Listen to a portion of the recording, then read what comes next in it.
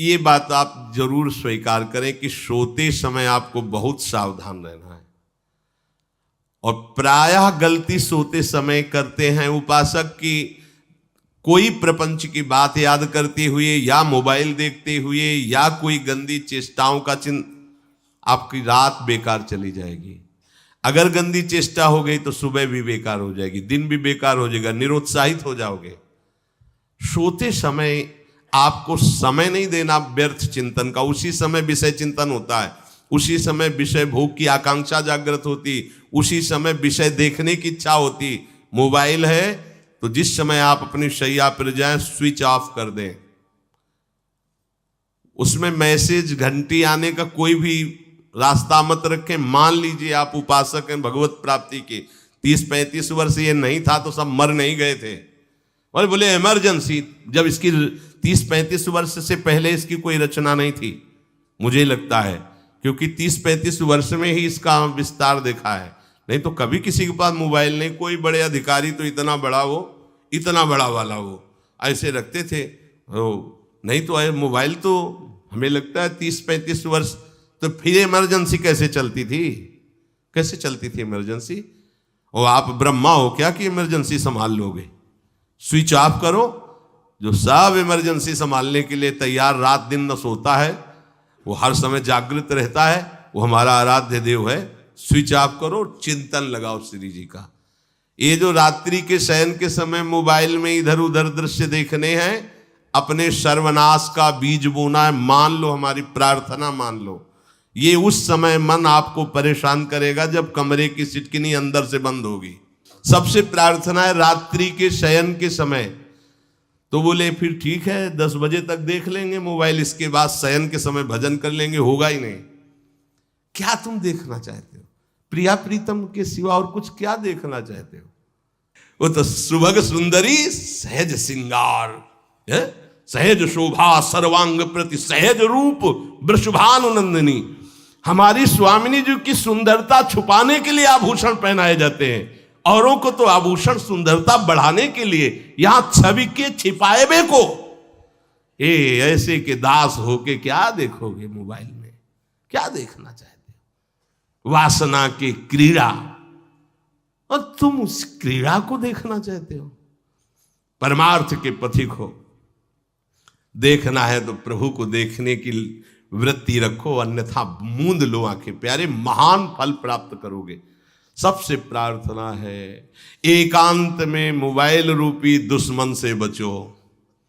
क्योंकि जब आप गंदी बात कहीं देखोगे तो आपके अंदर वैसे ही चिंतन बनेगा, वो ऐसे ही लगेगा मैं भी ऐसा करूं, मैं भी ऐसा भोगूं, मैं भी ऐसा देखूं। मान लीजिए आप, जब हमारे शास्त्र कहते हैं कि पशु पक्षियों के मैथुन को भी नहीं देखना है, अगर ऐसा एक बार दृष्टि पड़े तो मानसिक प्रणाम करके दोबारा दृष्टि ना देना। और आप मोबाइल में ऐसी चेष्टाएं देखोगे, कैसे आप भगवत भजन करोगे? कैसे भगवत प्राप्ति का उद्देश्य रख पाओगे? ये कलयुग की बहुत महीन चाल है कि उसके बिना काम नहीं चलेगा और हम तुम्हें काम से युक्त कर देंगे। इसके बिना काम चलेगा नहीं, तुमको रखना पड़ेगा। और जब तुम इसे रखोगे तो हम काम अपना कर लेंगे। कलयुग ने कहा हम अपनी व्यवस्था बना लेंगे। यहां कह रहे जब आप नींद में जा रहे हैं तो बिल्कुल मानो मृत्यु शैया पे जा रहे हैं। आपको उस समय नाम जप में बहुत ध्यान देना है, कहीं मन बहक ना जाए। तो क्या होगा, 5-6 घंटे जो आप लेटोगे ना, वो भी भजन हो जाएगा। हमारा जो सततम योमाम स्मरति नित्यशा है ना, ये पूरा हो जाएगा। नहीं, उस समय हम सो जाएंगे तो हमारा 6 घंटे का वियोग हो गया, 6 घंटे भजन रुक जाएगा।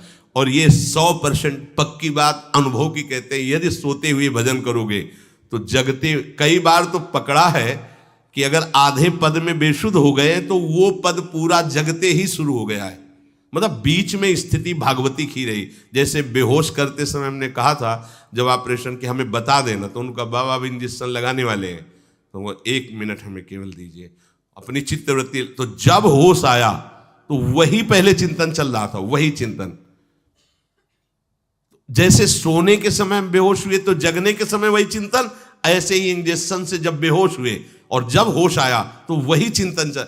बहुत बड़ा चमत्कार अभ्यास का है। नींद खुले तब से लेकर गाढ़ नींद आने तक स्मरण में कभी रुकना नहीं। और आपको एक छूट दे रहे हैं। कभी कभी क्या होता है कि एक मंत्र में, एक नाम में जैसे बहुत देर अभ्यास करते हैं तो मन उबने लगता है। इसका स्वभाव है, ये अनुभव की बातें कहते हैं। इसका स्वभाव है नवम नवम, नहीं तो ये मतलब, तो इसको हम लोगों ने कैसे फंसाया है। जैसे गुरु मंत्र जप रहे, अब 2-3 घंटे लगातार गुरु मंत्र जप, अब इसको उबन बढ़ी, अब ये छोड़ रहा है, बीच बीच में पता चलता है छोड़ना चाहता है, छोड़ रहा है, तुरंत इसको नाम में फंसाया। अब थोड़ी देर नाम में चला, फिर उब रहा है, बहुत विचित्र है ये। अब उसको फंसा दिया। उस पीछे की बात अभ्यास के समय, नमामि शमीशान निर्वाण रूपम विभुम व्यापकम ब्रह्मवेद स्वरूपम। चिंतन, पदगान करे, ये भगवान शिव पदगान कर रहे हैं और उसका चिंतन, निर्वाण रूपम विभुम व्यापकम ब्रह्मवेद स्वरूपम। अब अपने यहां अवसर है, सुंदर सुंदर कोई पद गुरुमंत्र जब करते हुए मन जब उबने लगे, राधा वल्लभ श्री हरिवंश, राधा वल्लभ श्री हरिवंश, राधा वल्लभ श्री हरिवंश, इसमें भी उबने लगे, शुरू कर, जोई जोई प्यारो करे सोई मोही भावे, भावे मोही जोई, इसमें भी उबने लगे। सुधा निधि का कोई एक लाइन ले लो, ब्रह्मेश्वरादि सुदुरूह पदारविंद श्रीमत् पराग परमाद्भुत वैभव, ब्रह्मेश्वरादि सुदुरूह छोड़ना नहीं है, तू भाग में नवम नवम दे रहा हूं, नवम नवम। इसको फंसाने के लिए आपके पास अस्त्र हो, जैसे यहां चाकू, यहां पिस्तौल, तलवार, ये वो सब बिल्कुल वीर सजा रहता है, ऐसे ही अपने लोग सजे रहते। छोटा राधा, अब एकदम चिपक गया है आके, तो कैसे मारे, तो छोटी चाकू है ना वैसे, राधा राधा राधा, थोड़ा दूरी राधा वल्लभ श्री हरिवंश, थोड़ा और दूरी गुरु मंत्र, बड़े बड़े अस्त्र अपने पास रख ले। बहुत भाग रहा है तो फंसा दिया। प्रथम यथावति प्रणव श्री, अब लग पूरा पदगा, पूरा पदगा उसमें लग, प्रथम यथामति प्रणव। भोजन पाते समय ऐसा अभ्यास किया है, 1 घंटा के पहले भोजन नहीं होता, चाहे 2 रोटी पाना हो, समय लगता है भोजन। आराम, एक एक नाम, एक एक, कुछ भी हल्ला मचाओ, कोई फर्क नहीं पड़ेगा, अपना चलेगा। अभ्यास स्नान के समय, भोजन के समय, किसी क्रिया के करते समय, किसी से बात करते समय, सोते समय, ये विशेष स्थान जहां में सावधान रहना है। यहां भजन छूटता है, ध्यान देना, यही भजन छूटता है। चलते समय, क्रियावान होते समय, प्रसाद पाते समय या किसी से बतराते समय, ये सब भजन के छूटने के स्थान है और यहीं पकड़ना है भजन को। जब आपको बिल्कुल न लगे तो मानसिक सब बंद कर दो और गुनगुनाने लगो। जो धुनी आपको अच्छी लगे उसी में नाम, कोई नाम लेके, संसार का चिंतन न होने पावे, चाहे जो कुछ तुम जहां तुम्हारा मन आवे, गंगावरी गोदावरी, कुछ भी भागवतिक चिंतन के सिवा संसार के चिंतन न होने पाए। पहले ऐसे अनन्य बनो, फिर बाद में अनन्यता आती, रसना कटो जो अनरट। हाँ भी विषय चिंतन कर रहे हैं, प्रपंच कर रहे हैं, बोले रसना कटो जो अनरटो। और नहीं बोल सकते, प्रपंच बोलेंगे बस, रसना कटो, ये शब्द वहां नहीं आते।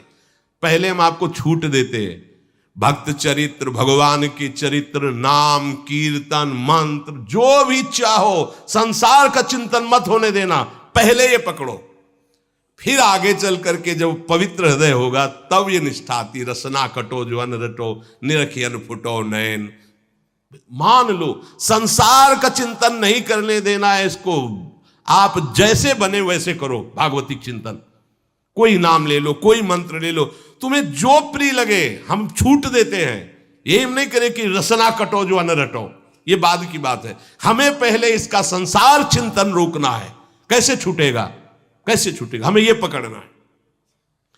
नहीं तो निष्ठा की बात, जो हरि नाम जगत त्रिशिरोमणि वंश बिना कबहू, हरिवंश बोलेंगे नहीं, हरि बोलना नहीं है, हरि बोलना नहीं, क्योंकि जो हरिनाम जगत त्रिशिरोमणि वंश बिना, हरिवंश बोलना नहीं है क्योंकि प्रपंच में रति। तो क्या करो, जो तुम्हें प्रिय लगे पहले उसे पकड़ो। ये हम अंदर की बात करें, प्रवचन की बात नहीं कह रहे। मन को फंसाना है हमें।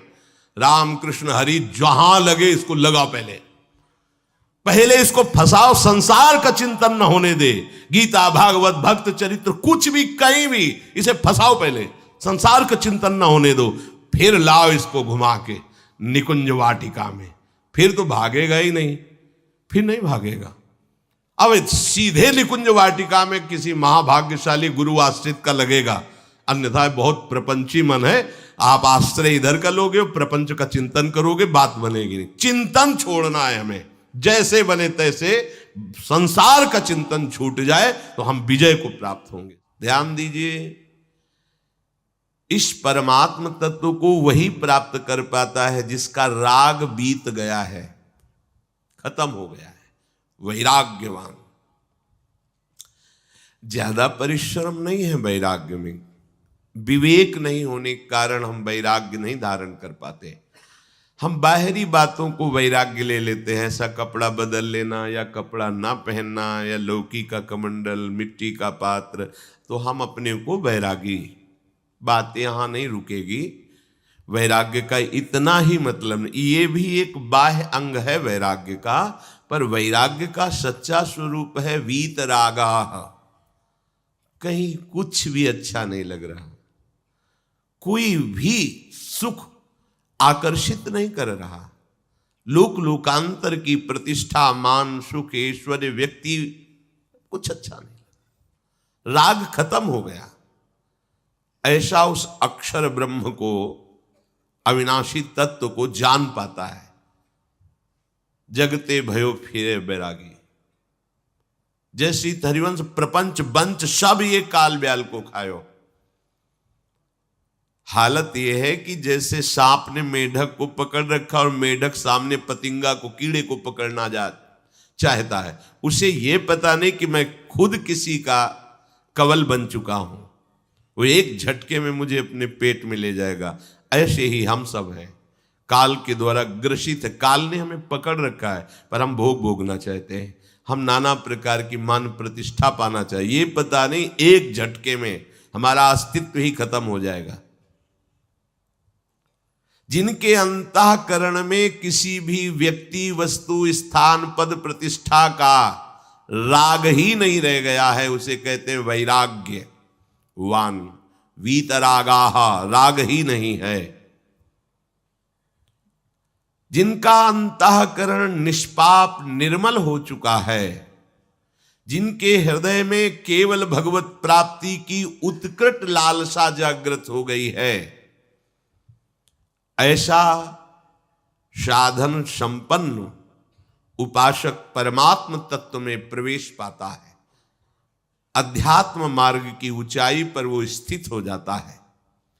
यदि छंतु ब्रह्मचर्यम चरंती, जिनकी इच्छा एकमात्र भगवत प्राप्ति की है, यदि छंतो, तो उनको क्या करना होगा? ब्रह्मचर्यम चरंती, ब्रह्मचर्य का पालन करना होगा। प्रत्येक इंद्रियों का निर्विषय हो जाना वास्तविक ब्रह्मचर्य है। केवल जनेन्द्रिय से ही ब्रह्मचर्य को नहीं लेते।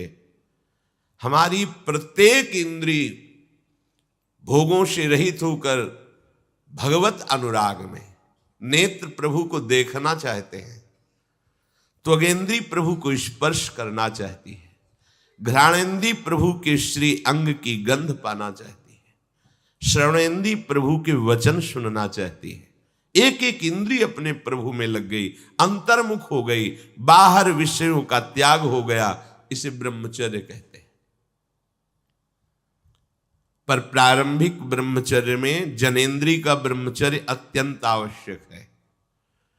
यदि जनेन्द्रिय जन्य व्यभिचार दोष से युक्त है तो कदापि उसे भगवत प्राप्ति नहीं हो सकती।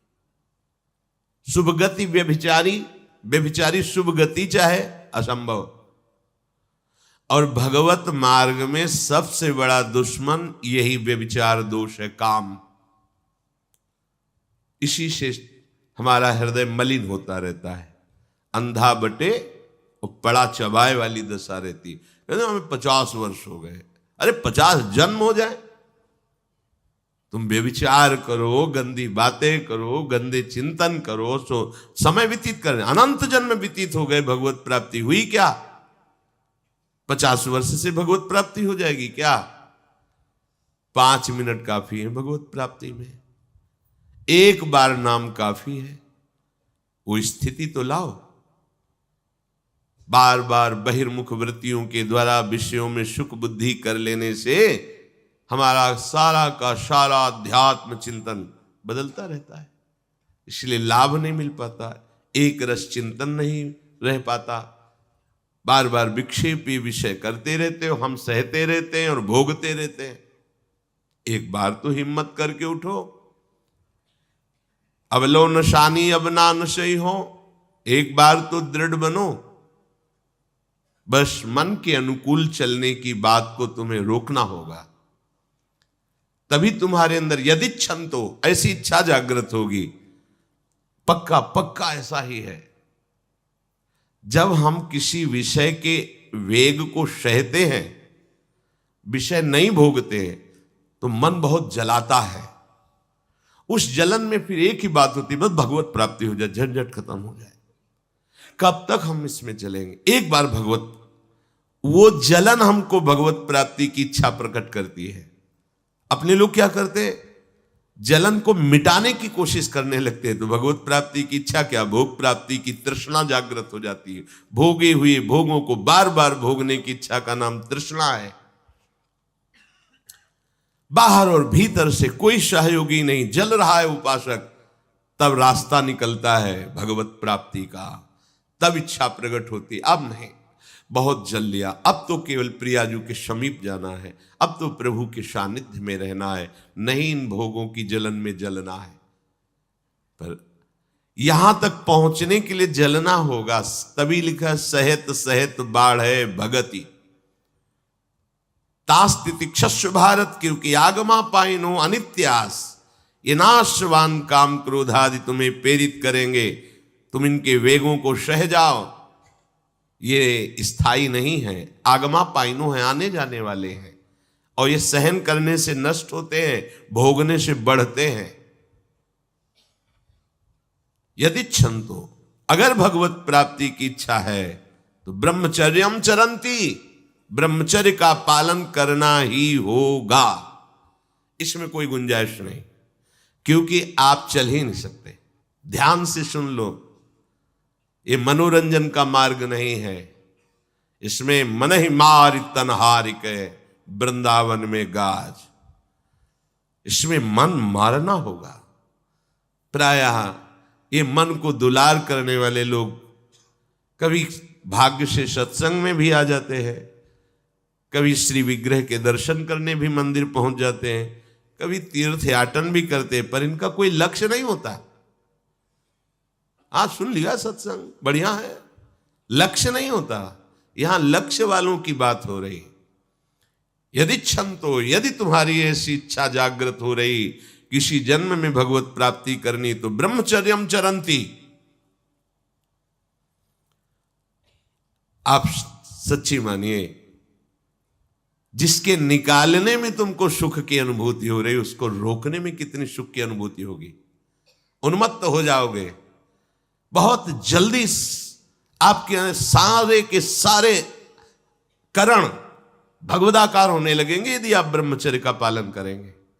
शरीर स्वस्थ, हल्का, मन प्रसन्न, नींद आदि पर विजय, कितने गुण ही गुण।